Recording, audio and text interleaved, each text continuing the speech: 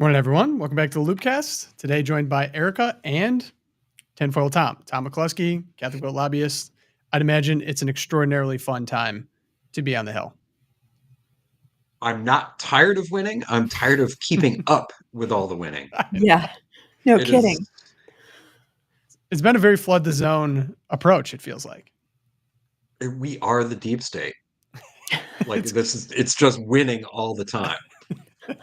I like being the deep state. being the deep state so far been pretty chill. But before we get into, that Gaza announcement, Mara Gaza. Mara Gaza. Oh my God. Then we're gonna get into a little DOGE talk, and then apparently Politico has been state-sponsored media. But before we get to all that, we got to talk Charity Mobile. All right, it's time to make the switch. The pro-life phone company. When you switch to Charity Mobile, 5% of your monthly plan goes to the pro-life, pro-family charity of your choice at no extra cost to you. It's everyday living made effortless giving. It's time to make the switch.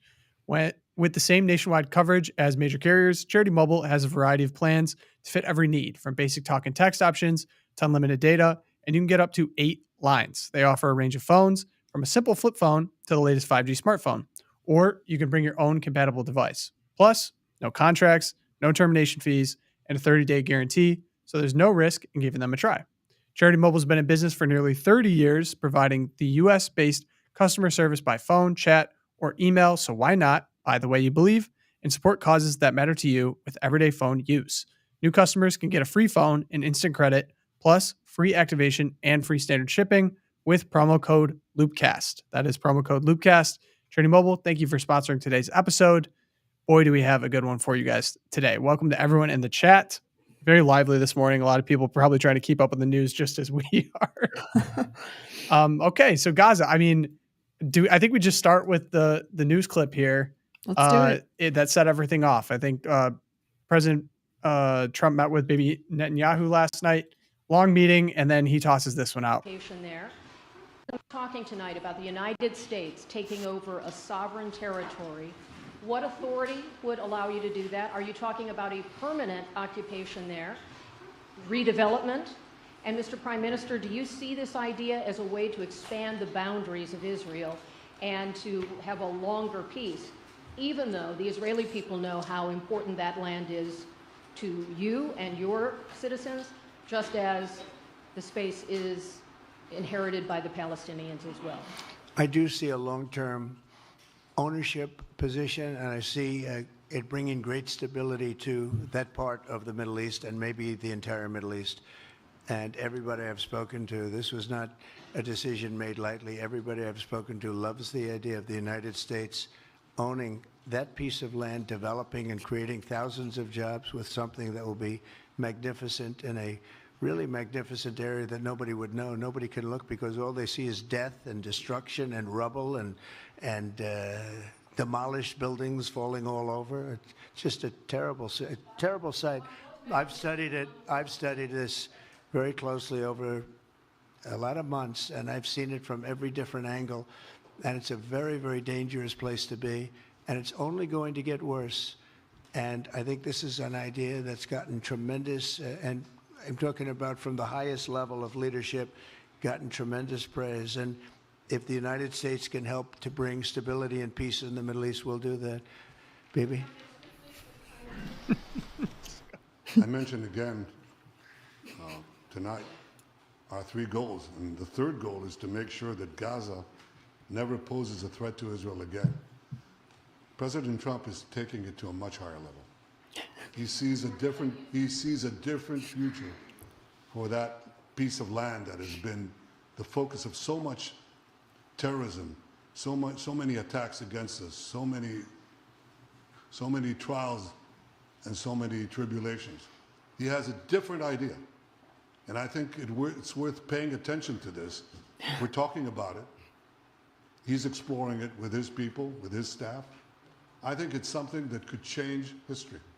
And it's worthwhile really pursuing this avenue. There you have it. I want Tinfoil Tom's translation of what just happened up on that stage. I think it's like one of those moments where it just totally came out of left field. I haven't talked to people who work in the administration, so maybe they've been thinking about this. I could have sworn it was talked about in his first administration, except I'm not thrilled because American lives would be on the line. You'd Yeah. need to send in the military, um, and that makes me extremely uncomfortable, especially in the Middle East. We don't have a great track record there. But the prime minister puts it in a better perspective that he's at least Donald Trump is thinking about it and approaching it in a unique way that nobody else is. So I'm willing to give this president a lot of leeway. Yeah. So we'll have to see. Well, I think like all charges of isolationism just flew out the window for sure. On like, you don't promise to like build the Middle Eastern Riviera with American resources Yeah. and American troops when you're in isolation. Direct So there's- quote. It has the potential to be the Riviera of the Yeah. Middle East. Unbelievable. Gaza-Lago. But Yeah. already, though, a Democratic congressman filed impeachment papers saying that Donald Trump is calling for genocide in Gaza, which Yeah. I- it's cute nowadays when they try to impeach the president. It's like, oh, you go ahead, you go do that. It's Yeah. gonna be fun to watch. Did you see the Chuck Schumer "We will win" chant? Oh, right. Yeah. He's chanting again outside government buildings. Yeah, with Creeping Ghislaine Maxwell. and Yeah, all that. after you lost every single way possible. I mean, it's there's so many different elements to this, right? Like, Yeah. so currently we still have American hostages in Gaza. Gaza currently is rubble. He's not wrong. It's been bombed to hell by Israel. There are Hamas is hanging on to the people there. It's an impossible situation. There's estimates of 45,000 Palestinians have died over the past couple of years.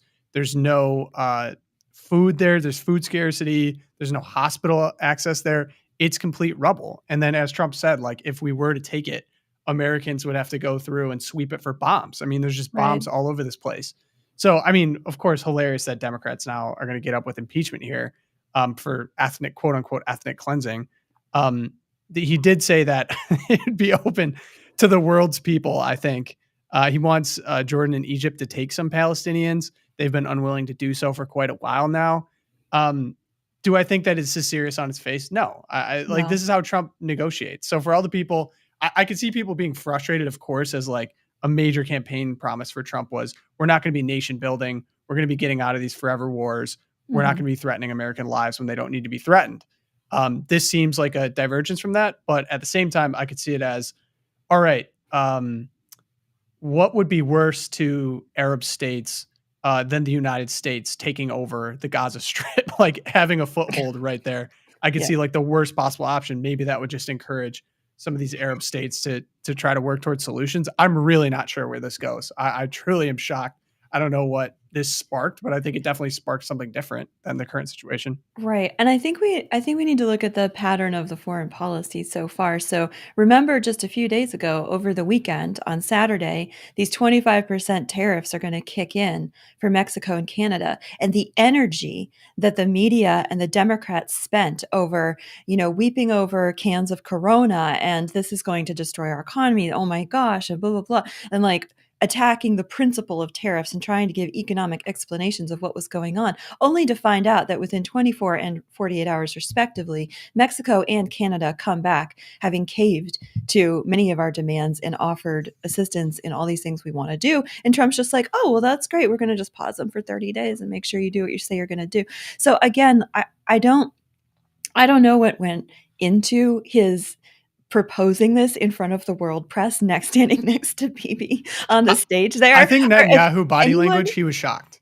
Yeah, he didn't look like he knew like, that was coming.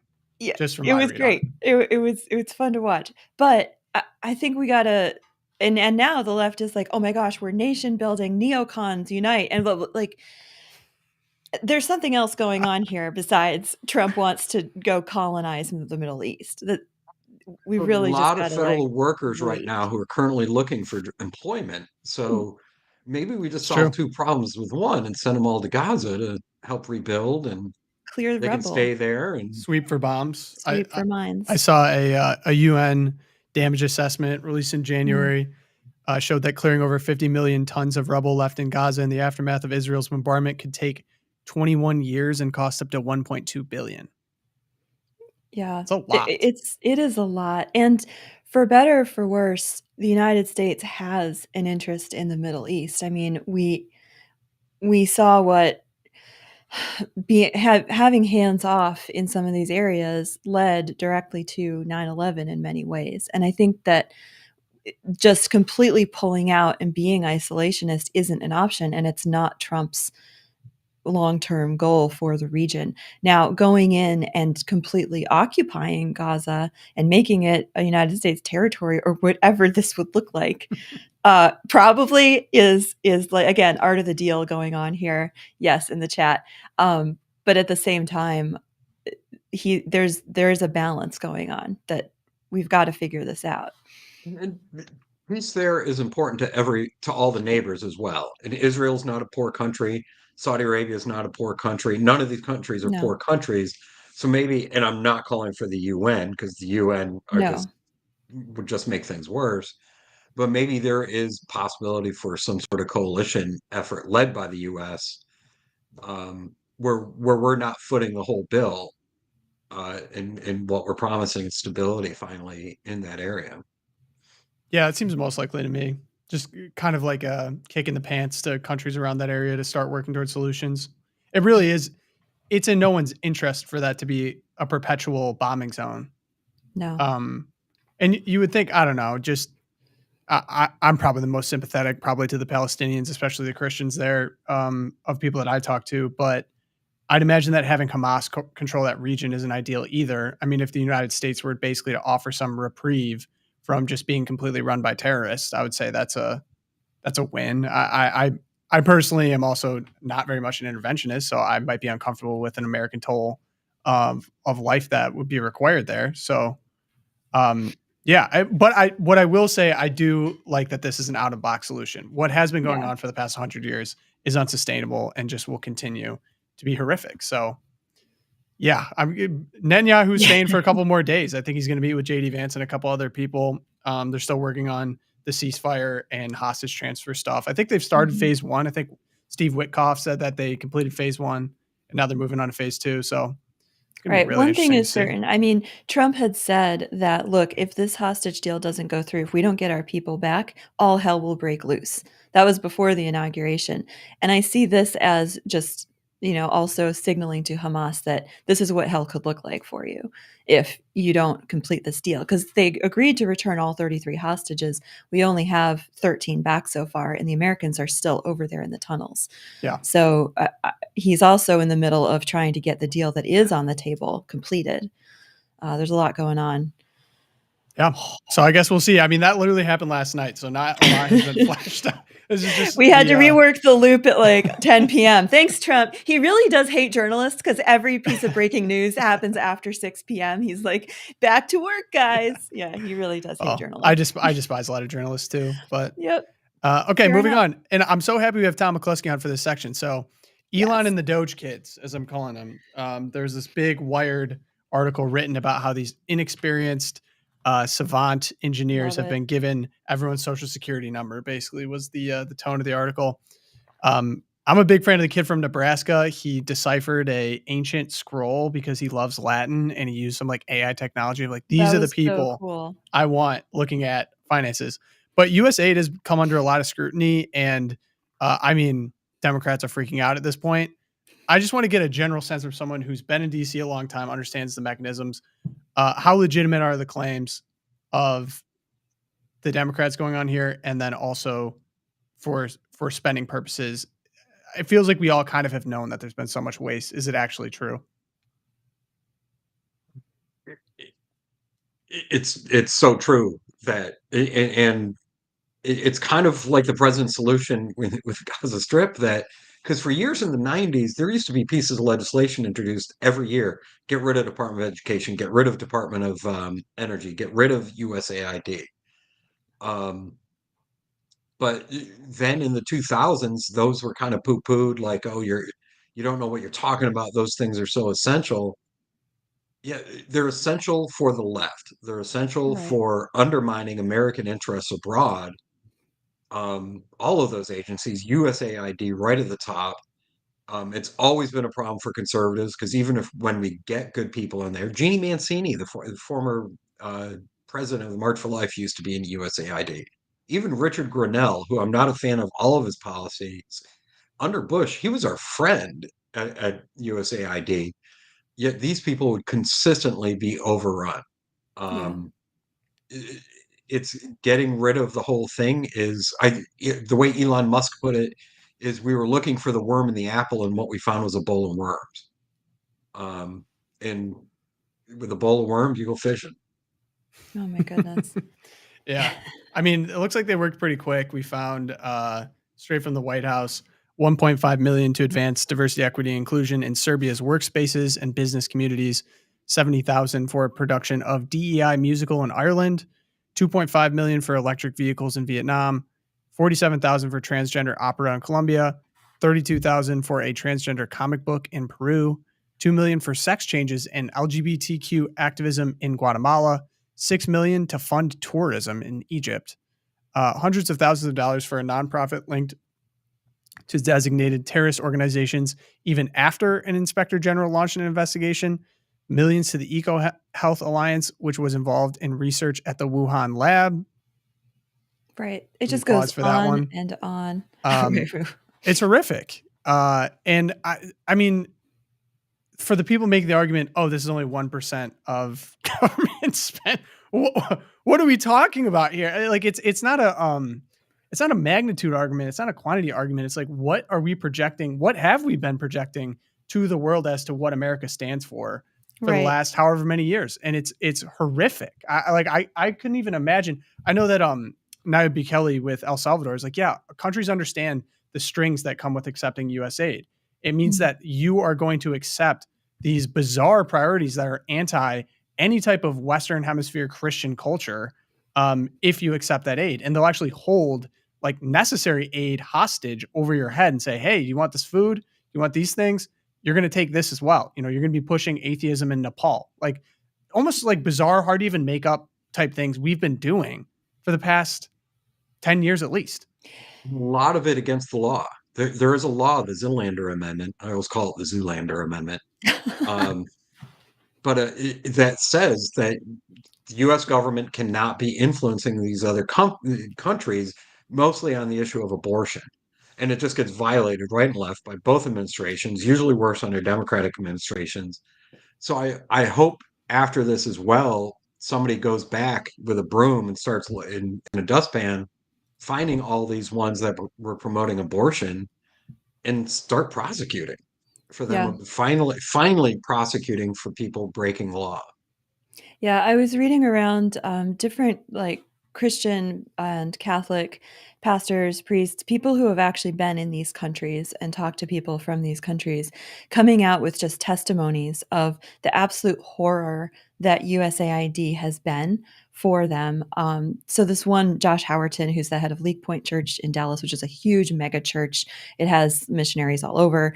But he wrote, I do not think American Christians realize how perverse our international influence has become.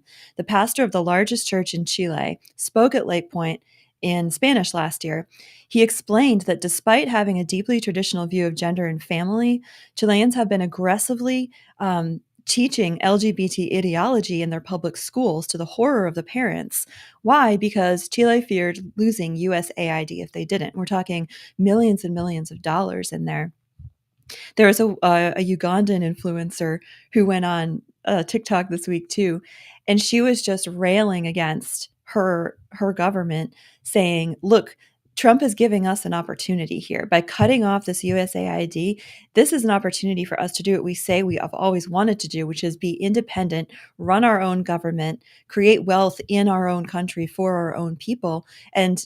We've been accepting these millions and millions of dollars from the United States, along with their contraceptive LGBTQ ideology, because we want the money. And maybe this is a gift to us. Like we can actually run our own country and create our own wealth. And so she just went on. She was great. She was great. So I will say, and curious your perspective on this, Tom, like it feels like if our elected representatives were serious, they would also be appalled at this ridiculous spending, in many cases illegal spending.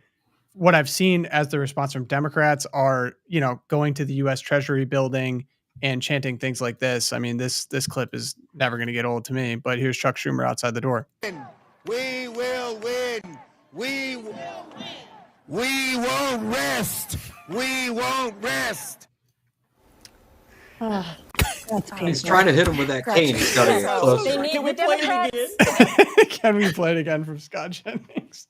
But I feel like a lot of them, in Ilhan Omar is another one, they've been treating it like this is some existential attack on democracy, and say like, to think of a word, like a shadow government is taking over the gears of government. Unelected bureaucrats are now threatening all that we hold sacred and dear. Yeah. There's got to be something deeper here, Tom, right? I mean, these Democrats, why can't they just say, yeah, this is bad spending, let's cut that out and then keep the essential stuff? The Democrats aren't in control right now. They do not worry me as much. In the Senate, you do need 60. What worries me right now is the Republicans, who might not be chanting in front of buildings, but they're like, take Jim Risch, head of Foreign Affairs, who's complaining about this. On that Sunday, after the USAID news came out, Politico reported how John Thune's staff joined with Chuck Schumer's staff, calling up the White House to complain. And when I asked John Thune's staff about it, it's like, oh no, we were just asking questions. And I talked to administration folks, and they're like, no, they were complaining that this was being cut, and how important USAID is. It's the Republicans who, in less than 6 weeks, have to pass a budget. Now, if that button. Joe Biden, I don't know if you remember him. He was president a long, long time ago when you were still in diapers, Tom. Well, I'm sorry, when he was still in diapers. Except Joe Biden used to say, show me your budget, I'll show you what you care about. And I will bet you in this budget, be it a CR or whatever it is, the Republicans include funding for USAID. They include funding for all this garbage that's going on at the Department of Education. They'll include funding, which we in the pro-life community turned a blind eye to. They'll include funding for abortion, like Planned Parenthood and things like that. We're in a new Washington, and if these people don't realize that, they need to get out of the way. Mm-hmm. And So- that comment's probably going to come and bite me in the butt. Well, okay, years. so We'll clip that for sure. but for the public, like people that elect these people, would your advice be to watch very carefully how people respond to the exposure via DOGE of spending priorities of USAID? Or I think for most of the grassroots foreign aid spending is not all that popular across the board. So they're not going to complain that much about USAID, and especially once all the corruption comes out. What'll be interesting to watch is what he does with the Department of Education, because there are too many, even of our own people. I mean, George W. Bush almost tripled the size of the Department of Education during his term after saying that they were going to reduce it. So it'll be interesting once we start cutting there, how people will react. Except what they need to do is get on the horn and start, and maybe I'll talk to Tommy at Catholic Vote. Maybe we start doing alerts of getting our constituents and grassroots on the horn to say, back up President Trump. This is President Trump's agenda. We support it. Back it up. yeah, speaking of, we have an executive order incoming today. President Donald Trump plans an executive order to. I love that presidential picture. Yeah, yeah, the headshot for this year means business. But yeah, so we have a executive order coming today to, quote, dismantle the U.S. Department of Education. This is a much maligned. It's funny you're mentioning it earlier in the episode that they used to introduce bills to dismantle it. People have for a long time really been frustrated with the Department of Education. Erica, do you have just some context as to why Americans have wanted to really get rid of this for so long? Yeah, so the Department of Education, I think a lot of us have this sort of misunderstanding of it as the bearer of standards for, education, and it's what makes sure that American kids are literate. Well, the problem is the Department of Education drops in the early 1980s. It picks up speed. And since the 1980s, Jeremy Tate loves to point this out. You can't point to a single metric that the Department of Education has improved when it comes to assessing American education and its effectiveness. If anything, we've gone from more competitive on the global stage educationally to not competitive, right?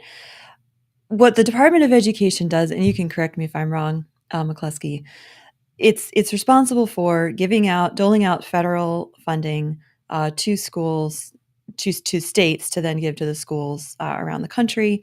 They're supposed to study metrics and gather data so that we have a sense of the national state of education.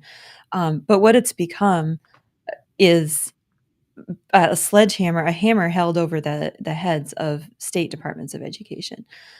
I don't know if that's accurate, McCluskey, and if you can say more. I would describe it as the Department of Education was a gift to the teachers' unions and unions in general to make sure that they continue backing the Democratic Party. Yeah. And all this money that it's always silly. All this money we're sending to the states, including a whole bunch of mandates to it. It's your money. It's your money. We're sending you back your money.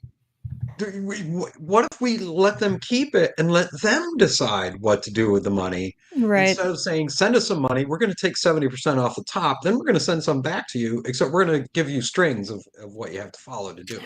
Right. Like a bureaucracy persists because it creates activity for itself, right? It's not like, oh, we have a problem we want to solve. They don't want to solve problems for American kids in schools because that would then solve them out of existence. So the federal level, like you said, they take the state money, they spend a bunch of it, and then they're like, oh, and you can have this grant, or you can have this grant if you teach kids that they can have 32 genders, or you can have this grant if you do this in your schools. Well, bathrooms too. Yeah, and the bathrooms. If you have tampons in the boys' bathrooms, you get $3 million for computers and all of that. So again, the idea here and the hue and cry of the Democrats has been Trump's dismantling our democracy. No, Trump is dismantling our bureaucracy using the tools that the progressive bureaucracy has developed to sustain itself. And so if he's going to go in there and Linda McMahon, Department of Education, her job is to be the one who shuts it down and gets rid of it. That is absolutely what we should be using the tools of power the Democrats created to do. Body slams it in a way. Body slams at the DOE. I'm ready. Randy Weingarten going down. Yeah. Sorry. And that was not meant literally. That was a metaphorical. And so what I think is projected coming is that this executive order, it hasn't dropped yet, but the end goal would be sending federal aid, roughly 14% of most public school funding, directly to the states. Back to the now, notice 14%. Almost all of education funding comes at the state level. Mm-hmm. The Department of Education is such a small percentage of what actually ends up going back anyway.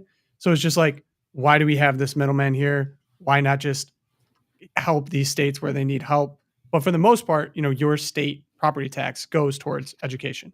And they have their own self-governing education boards. So to me, like, people freak out about it thinking like, oh my gosh, education is going to be gone. No, education will be just fine. Most of that's at the state level. What we're talking about is a small percentage of bureaucracy at the top level. That's why it's like not a big deal to even stop. Yeah, and in fact, if it's done correctly, what should happen is the states now have more money in their pockets to execute their educational objectives. So this whole, like, the Democrats are like, you're taking money and food away from poor students. That's the opposite of what we're trying to do here. We're actually trying to get more of the money back to the communities. Democrats love to talk about our local communities, right? Back to the communities to spend as they need to spend it. So right. The other executive order we have coming on today, I want to make sure we cover everything. Another one? No. So there's an executive order coming in today on men and women's sports, specifically to keep the men out of women's sports. So I'm, again, not sure exactly what's going to be coming here. In general, we know it's happening.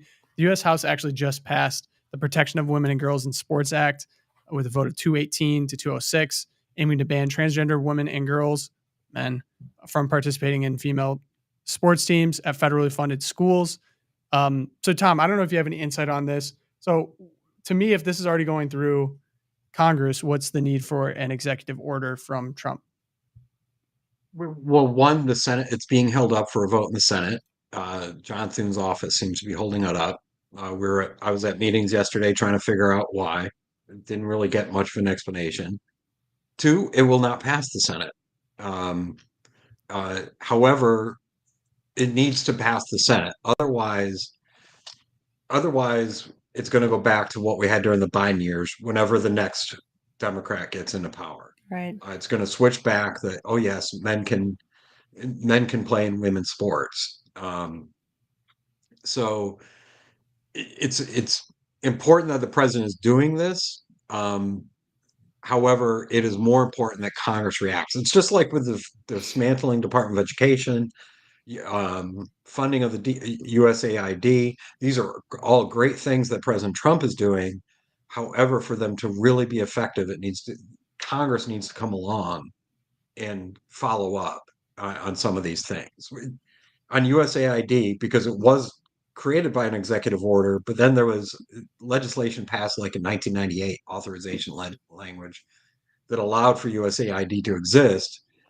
So what the president can do if ultimately a court tells him, no, you can't dismantle the USAID, you could just put two people and a monkey in the building and say, okay, that's USAID, but all the grants they were taking care of, like PEPFAR and the ones that might actually help people, that's going to be under Marco Rubio at the State Department. But we need to make sure that these things are not just dead, that they're dead. Yeah. We need to be the guy in Monty Python who goes along picking up the dead and making sure when they get in the cart. I'm sorry, I'm just using references from 1970s. I got that one, Monty Python. Okay. Love So it. Tom, I want to be clear here. The way to do that is to get laws passed by Congress. Right. And so Trump's doing the executive order on the base level just to be like, all right, during my administration, this is going to be reality. But in order to like solidify it going forward, what leverage does Trump have to actually influence Congress, Senate, House?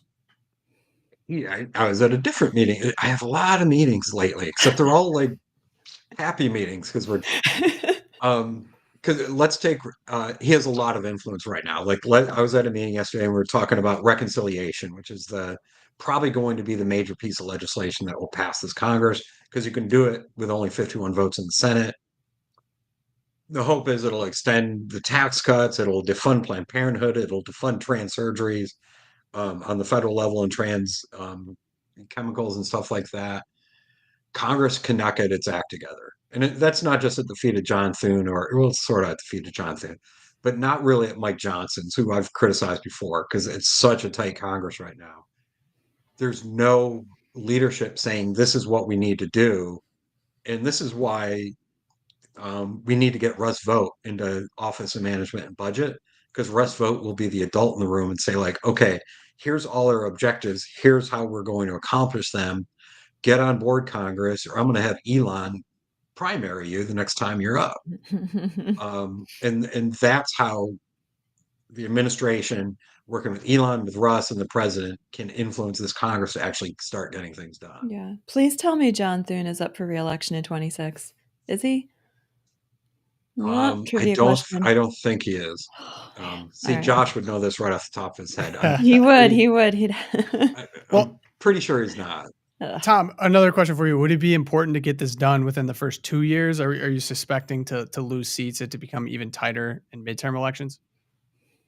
Here's some more statements that might come back and bite me. One, on losing seats in the House right now, the Democrats are defending more seats, more Trump won seats this next election than the Republicans will be defending Kamala Harris won seats. So the Republicans are at an advantage where if they do things right, they could even pick up seats in the House. Over on the Senate side, I haven't really looked much at what's going on. I think it is favorable to Republicans because naturally the ruling party does lose people in the midterm elections, but that doesn't always happen. Didn't really happen to that big of extent. I think Barack Obama's first term certainly didn't happen in 2002, but granted, you had 9/11. So there are no absolutes anymore with President Trump in power. So I think everything he's doing right now is favorable. This 2-week period has been the most productive 100 days any president has ever done. So, I mean, I don't think he can keep up this pace. If he can, I'm going to start eating McDonald's hamburgers more because that must Diet give him Cokes. energy. Oh my Um, gosh. except, um, we're far off, but I'm optimistic about the midterm elections. So Yeah, the pace has been astonishing. Someone did a side-by-side video with, like, very moving, epic gladiator music, and on one side of the screen, you have Trump with Netanyahu, and they're, like, running around the White House, they're greeting this person, they're going here, they're driving around. Then they had the Israeli, ambassador's visit to Biden on the other side of the screen at the same time. Biden has a full mask on his face. He's clearly asleep in front of the fireplace, while the Israeli guy is trying to talk to the reporters and, like, leaning over to Biden, realizing he's asleep, going back to the reporters. It was perfect. This is like, there's actually people doing things. did you hear he got picked the up by a White House. talent agency, Erica? Oh, no way. Really? Mm-hmm. Who picked So who him knows? up? I don't know, Oh, but maybe okay. he maybe movie appearances. I don't know. I think Trump heard that and he's like, he's got bigger things to worry about than Yes, he did. talent representation. Reboot of the Golden Girls. Oh my gosh, man. Well, okay, so Erica and I's perspective, right? We're kind of watching this unfold on Twitter, trying to keep up as fast as possible. It's honestly beating legacy media. Like people aren't even able to cover things in a reasonable time frame to get things out. It's like news. So in DC, I know you were actually at the signing of the Laken Riley Yeah. Act, which was cool. What is the feeling in DC from elected representatives? How are they handling the pace? Like, what does it feel like on the ground to be there? It's you talk to some on the House side and they seem energetic. They seem raring to go. You talk to even some of the good guys in the Senate, they are not used to this schedule of this horrific schedule of 5 days a week, 9 to 5. Um, and it's really taking a toll on them. And so I'm wondering, I think we'll see even an increase in the pace of nominations going through. But a friend of mine just sent me this note, just had a conversation with Capitol Police, telling about their friends working security at federal buildings, getting incredible enjoyment out of watching all these people they haven't seen for years and months scramble back to work in previously empty buildings with tears and hysterics, etc. The level of winning is so amazing. Yeah. Um, so Oh, there are it's people in DC again. Okay, can you dig into that for a second? What was going on before working a regular 9 to 5 schedule? I'm confused. the Senate. The Yeah. Senate would have what they call fly-in days, which we call Monday and Friday. So nothing would be done on those days. Okay. Then Thursday, there would be this Thursday afternoons were called gas fume Thursdays, because by about 1 o'clock, the senators would start smelling those airplane gas fumes because it's like, oh no, we've got to get home.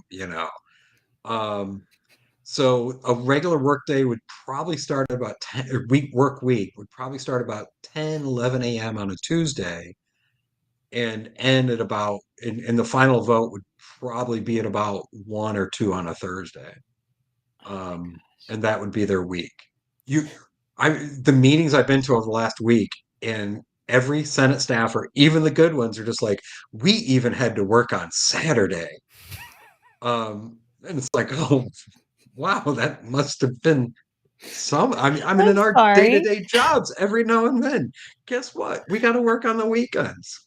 Turns out, if you want to be a statesman in the world's most powerful nation and the world's blowing up, you probably need to work Saturdays. Like, yeah. If Brian I texts have us on a no Saturday sympathy. asking for something, I want to keep my job. I'm going to reply to him. I'm not going to say, you know what, Brian, that can wait till Monday. Or speaking Tuesday. of, did you see the federal buyouts already have 20K takers? Yeah. I think, which actually Yep. in the big scheme of things, not that many people so far. But do you expect more people accepting that federal buyout, Tom? I'll be surprised because a lot of them, you have to, if you fit the criteria that you're going to be retired or whatever. Because I mean, you retire at full benefits working for the federal government. It is a sweet deal. You basically get your full salary for the rest of your life. So a lot of people, a lot of people I see sticking around for that. I don't think it'll go up that much higher. And the problem is also the people who are retiring. I'd like to see a study of how many of those actually have to will be roles that actually have to be replaced. There are certain people in the federal government, like those who do real work, like janitors and some of the computer technicians and things like that, that will have to be replaced. So it's beautiful to see. I think it was a good first start. But I think, and they already have other things planned, like, and some will be just straight out firing, the layoffs that we're seeing at USAID, things along Right. those lines. I think you'll see more of an impact. Interesting. I feel like I have so many questions for you, Tom, because the swamp is such a foreign fantasy land to me. But we have a retreat coming up. We'll just have to bring a bottle of bourbon and just sit. Yes, it'll be great. Yeah, I mean, The chat wants unfortunately, to hear you. Unfortunately, expecting my daughter around that time, I won't be able to join you. Maybe virtually. Oh, Nothing I know. unfortunate about it. Thank you, Nothing thank you. unfortunate about it. Thank you. Nothing unfortunate She'll be about much that, yes. cuter than Tom, not tired of winning, Tom. Yeah, very true, and that's not an insult. I'll give you that one. Mhm. So, As long as you name her Tom. Tamara, maybe. I don't know. We'll have to see. We'll have to run that one by Thomasina? my wife. So, Tom, another question for you. I know that these Senate confirmations have been going through. I see Pam Bondi got confirmed. I see RFK Jr. and Tulsi Gabbard made it out of committee, which is Yeah. great. It feels like, and just again, it feels like historically pretty successful for a presidential administration so far. None have really been denied yet. Many have been confirmed. Seems like it's going pretty fast. Is this a sign of influence again, as we're saying, like kind of the Trump winning mentality of people are really taking to his objectives, I guess? Or how do you read so far all the Senate confirmations?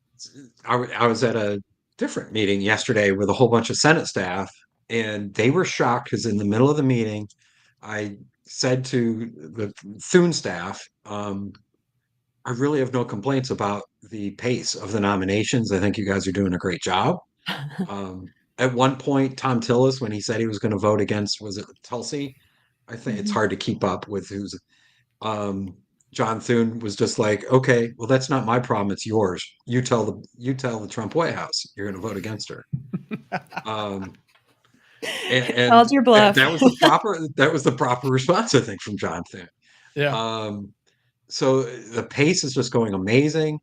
In 2020, when Russ Vought was nominated for OMB, he was made acting for the rest of the time because there was no way to get him through. And I was talking with some mutual friends of Russ's, and it's just like, it's so amazing because Russ is kind of like the least controversial.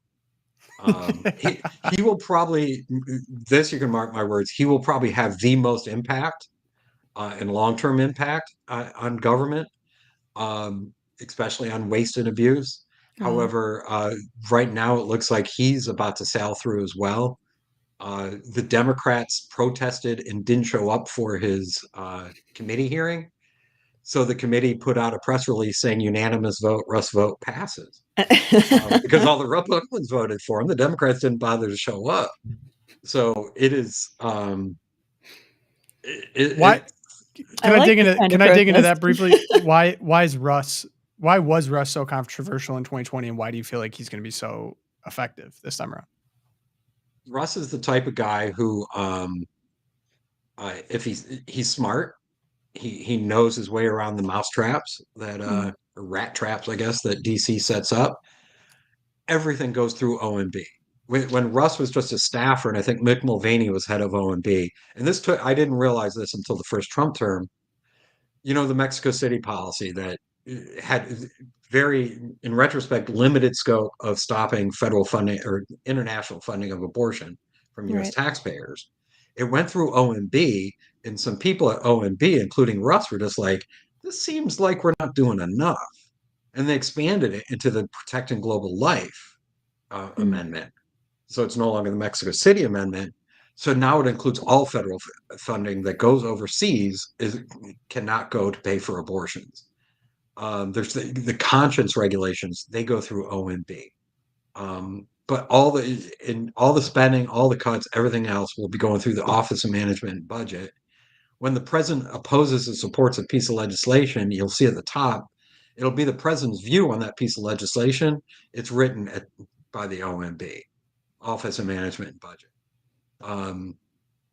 It has a lot of influence over the White House.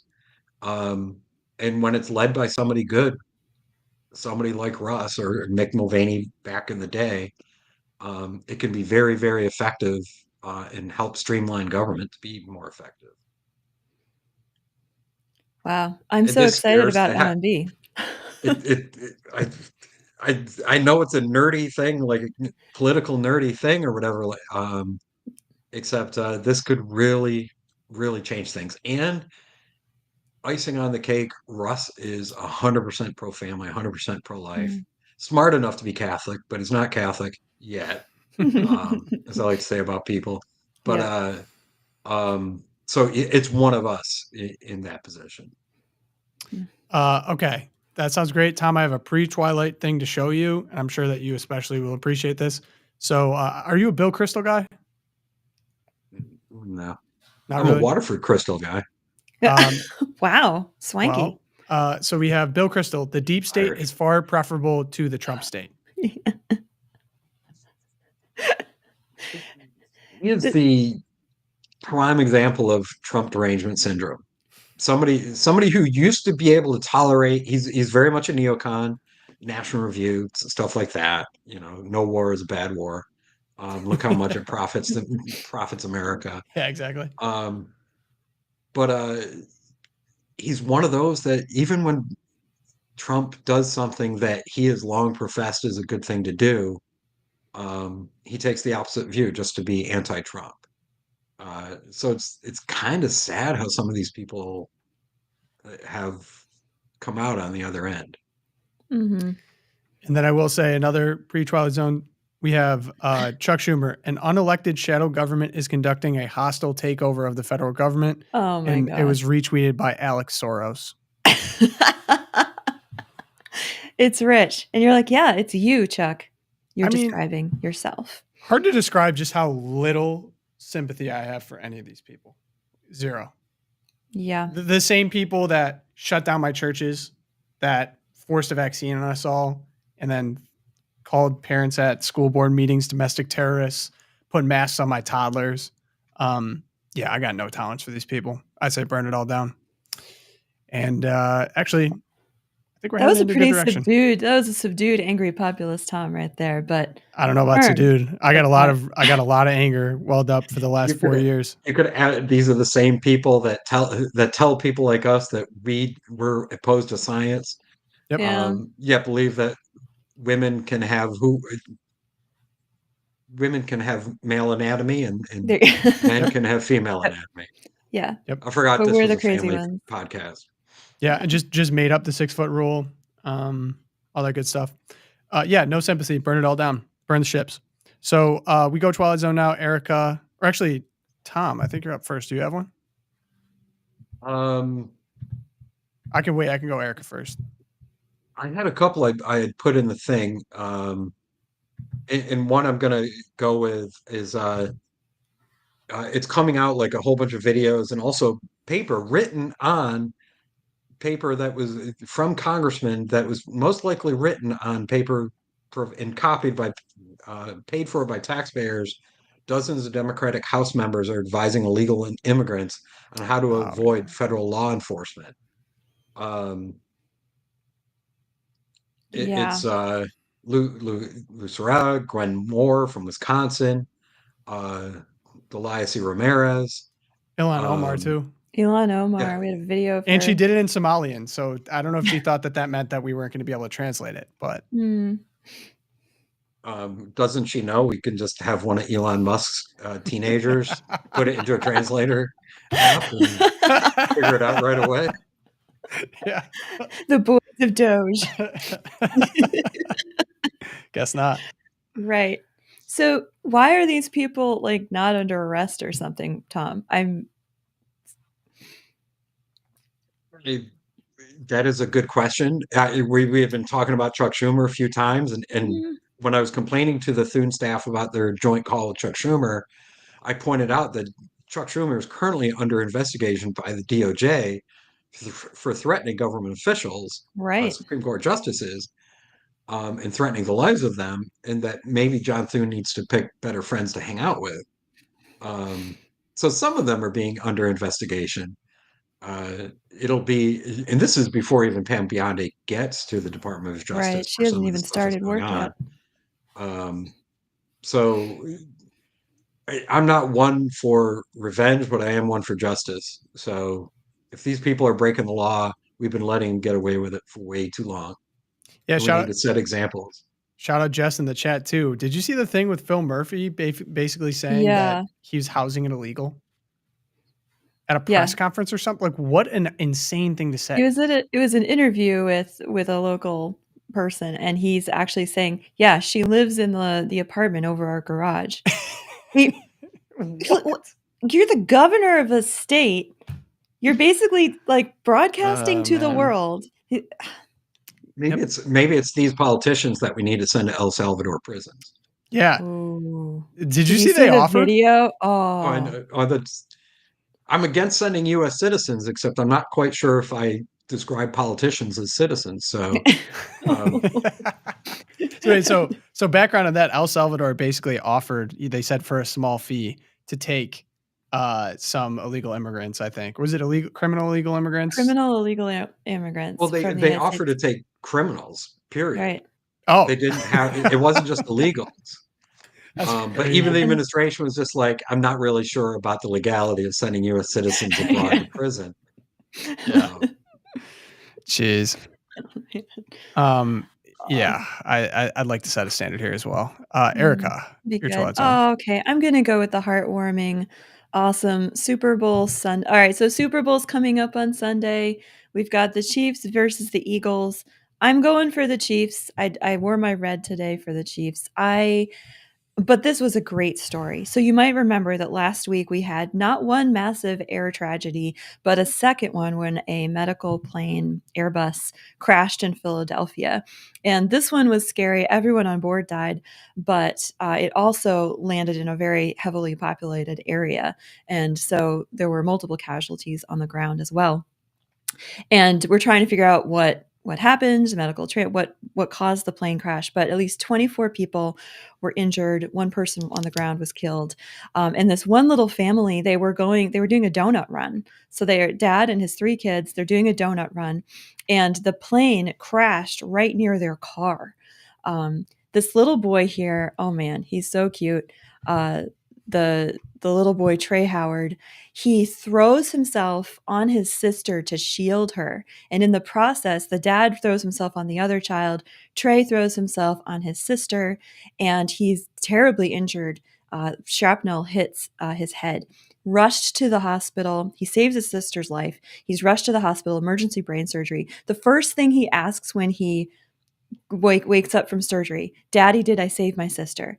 It's totally heartbreaking as a parent. The dad says, yes, she's okay. And then he asks, what day is it? Dad says, it's Monday. And he says, did I miss the Super Bowl? Because he's a massive Eagles fan. And so there's this movement online right now.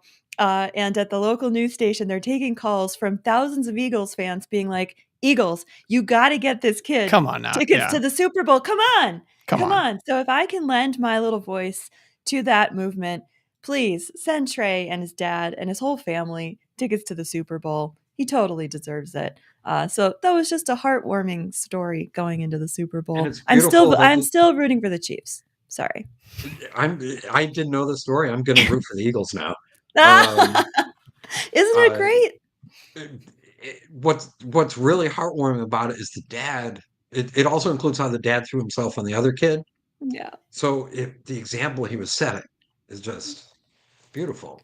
Yeah, so beautiful. And the parents were great too. They got interviewed by the local, and the dad was just saying how it's heartbreaking as a parent in a way to, like, he's proud of his son for doing this, but at the same time, he's like, as a dad, I wanted to throw myself on all the kids. And yeah, you think of that moment. It's a great story, beautiful story of just, there are still good people in the world. There's even good people in Philadelphia. Go Birds. I'll give you that. The city of brotherly love. That's right. The Now, most if it was the infamous Connecticut football team.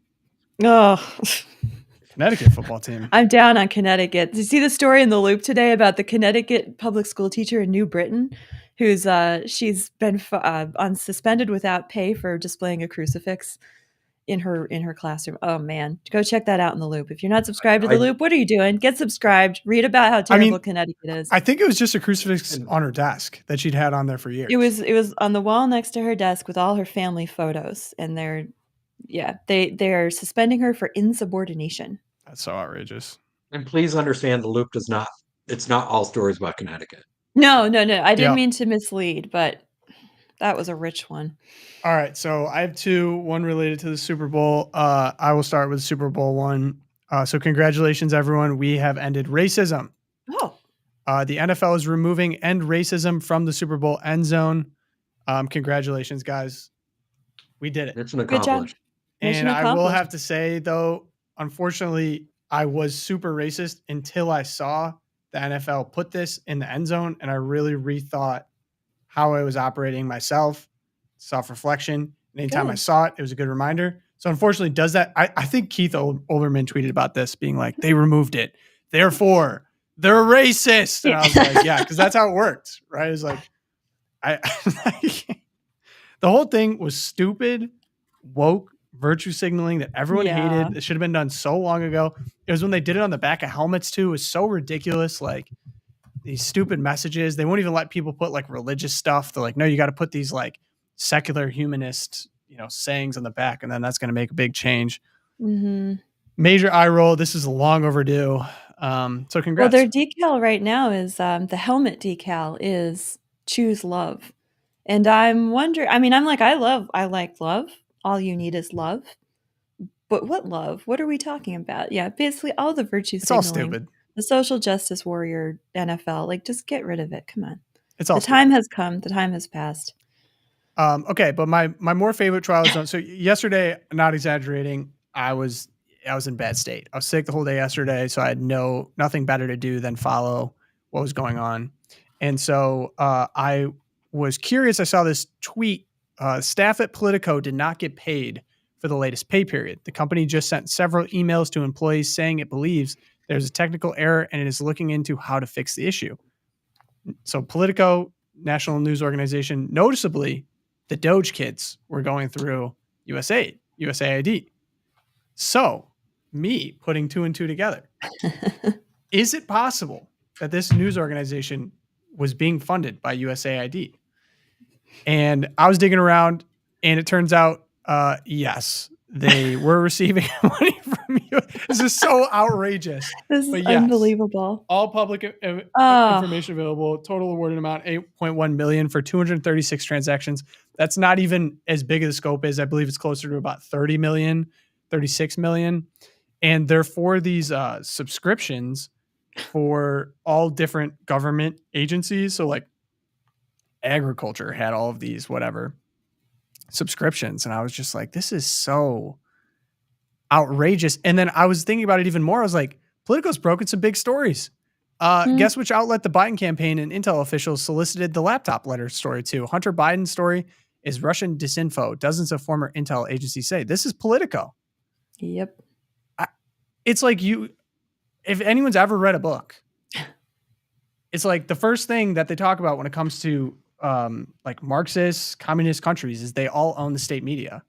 And could you see an obvious conflict of interest from the U.S. government, whatever administration, funding a media organization that's supposedly devoted to bringing information to the American public? Like this is like it was almost funny. Like in the beginning, it was kind of cute joke, like, oh, they're not going to get paid because they're all government agencies, and we all laugh. We're like, yeah, all these news outlets, they just are propaganda machines.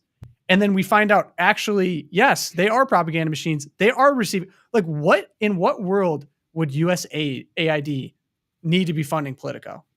Yeah. Well, let's keep in mind, because Secretary of State Marco Rubio, we know he's a reader of the Loop. At least he was when he was in the Senate. So Marco, if you're watching right now, call us. We will accept government grants for the LOOPcast. Yeah, look. Apparently, this is what the deep state does, and we are the deep state. We're the deep state now. I would love some USAID money. I could use it personally. We're scrappy here. We're scrappy. This is like people aren't even they're like laughing at this. This is one of the biggest scandals I can remember in news history. Yeah. Is it not? This is insane. Well, I was struck because I'm following this story this morning and trying to read up on it. Not only that, but USAID, they also uncovered it's been sending money to the BBC. So 21% of the BBC funding comes from USAID. You can go find the pie chart. You said 21%? Yes, you can go online and find the pie chart. And they are like funded by USAID. Then you've also got Reuters, got the AP. I mean, they're all these media organizations are receiving some form of funding through USAID. And not only that, but this morning, my first homeschool lesson was I have a daughter reading Communist Manifesto, not to become a communist, but for her economics class. And one of the tenets of Marxism is the government controls the media. That's the government controls information going out to the proletariat, the people. And I'm like, oh, they're just going by the playbook. That's what USAID is. They're just doing all the things that are in the Communist Manifesto. This is an example. Remember, its original intent was to help undeveloped countries. So we're saying Ireland's undeveloped. England, UK is like a third world country right now. But BBC. Oh man. Which I mean, this whole thing just kills me too. Of like Democrats, the party of norms, right? And following laws and all that. But it's becoming increasingly clear to anyone following that, USAID's first mission was to service these like undeveloped countries. How did we get to the point where we're funding the BBC? Like right. It's not about, so I feel like we're almost past this, which I'm really happy about. But what used to happen is like Democrats would be like, oh my gosh, you're trying to destroy the norms. You're trying to destroy democracy. You're trying to destroy like the things that make America, America. I'm like, people have no idea how things have become these mutated, horrific versions of maybe what they originally were supposed to do. And we've had so many different examples of that now. The most recent of just being, we joked about this forever, but we literally have a state-sponsored media in America. That's communism. I mean, we were, like a millimeter away from Kamala Harris being potentially the president of the United States. Like, I don't sit and think about that enough, but like, would she have changed any of this? No. If anything, she would have doubled down on all of the things going on right now. Yeah. I just have to correct. I got my dyslexia going on. It's not 21, it's 12. So 12% of the BBC's donations come from USAID. All right. My bad. The appropriate percentage points of American funding for underdeveloped countries going to the BBC is 0. So it's correct. Yeah. Just want to make sure that's clear. Yep.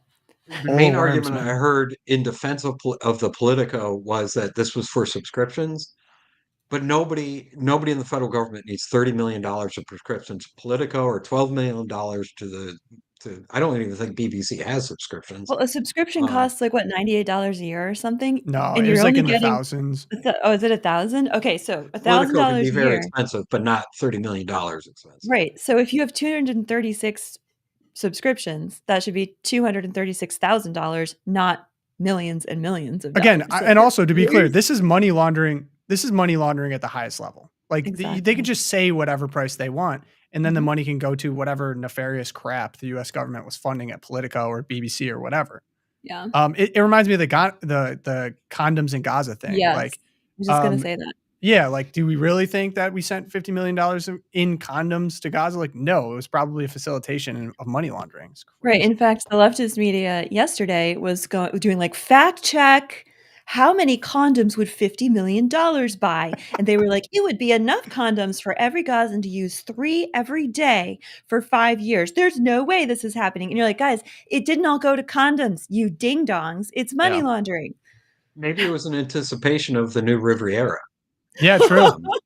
Oh, Lord. Gaza-Lago. And we're back to the beginning of the episode. That's podcasting. Full circle. Thank you for tying that up in a little bow, Tom. Oh, man. Tom, it's always a pleasure to have you on. Appreciate you taking the time today. Yeah, the insider view. This was cool. Tom, not tired of winning, Tom. Just tired. Just saying. All right, great episode, guys. If you want to help us out, go check out our sponsor, Charity Mobile. You can email me, loopcast@catholicvote.org. You can leave reviews, Apple Podcasts, and Spotify. But yeah, this was a fun one. It's only Wednesday. What? So we got another show on Friday. We got another show this week. we got more to cover. So we will be locked and loaded ready with you guys on Friday. But of course, pray for us. St. Thomas More.